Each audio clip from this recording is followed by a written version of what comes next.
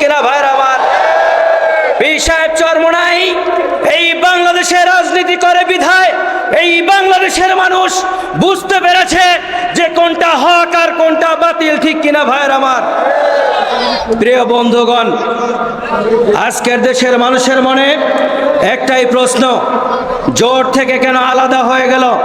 প্রিয় বন্ধুগণ, ইসলামী আন্দোলন বাংলাদেশ তথা পীর সাহেব চরমোনাইয়ের নেতৃত্বে এক বাক্স নীতিতে জোট শুরু হয়েছিল। 6 নম্বর জোট পর্যন্ত পীর সাহেব চরমোনাইয়ের নেতৃত্বে ছিলেন। 7 নম্বর দল যখন এই জোটে আসলো, সেই দল হলো জামাত ইসলামী। প্রিয় বন্ধুগণ, কোটি কোটি পায়ে সারা বাংলাদেশে তাদের কার্যক্রম পরিচালিত হতে যাচ্ছিল। অত্যন্ত দুঃখ ও পরিতাপের বিষয়, যখন এনসিপি এই দলের অন্তর্ভুক্ত হবে, তখন জামায়াত ইসলামী এনসিপিকে নিয়ে গোপনে বৈঠক করল। পীর সাহেব চরমোনাই প্রশ্ন করলে তাদেরকে বলে যে এখনো বলার সময় হয় নাই, এনসিপি জোটে আসবে, আমাদের কোনো আপত্তি নাই। প্রিয় বন্ধুগণ, এনসিপি জোটে আসবে, কিন্তু এটা জানার অধিকার পীর সাহেব চরমোনাই রাখেন কিনা? প্রিয় বন্ধুরা আমার, প্রিয় পাথরঘাটাবাসী, এই পাথরঘাটায় সর্বপ্রথম যদি চাঁদাবাজির বিরুদ্ধে বক্তব্য দিয়ে থাকে, সেটা দিয়েছে ইসলামী আন্দোলন বাংলাদেশ, ঠিক কিনা ভাইরা আমার? আজকের এই পাথরঘাটায় যদি অন্যায়ের বিরুদ্ধে কথা বলে থাকে, সেটা বলেছে একমাত্র ইসলামী আন্দোলন বাংলাদেশ, ঠিক কিনা ভাইরা আমার?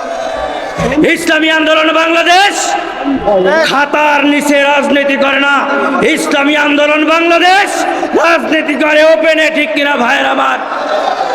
আজকের এই পাথরঘাটায় অন্য যে 2 দল রয়েছেন, তারা বিভিন্ন সময় বলে থাকেন যে বিভিন্ন ভিডিও ক্লিপ রয়েছে, এই ভিডিও ক্লিপ ধরে ধরে জিজ্ঞাসা করা হবে।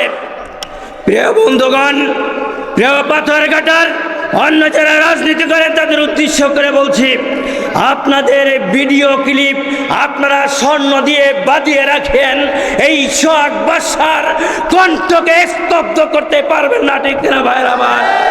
ইসলামী আন্দোলন বাংলাদেশের ক্ষমতাকে, কথাকে স্তব্ধ করতে পারবেন না, ঠিক কিনা ভাইরা আমার?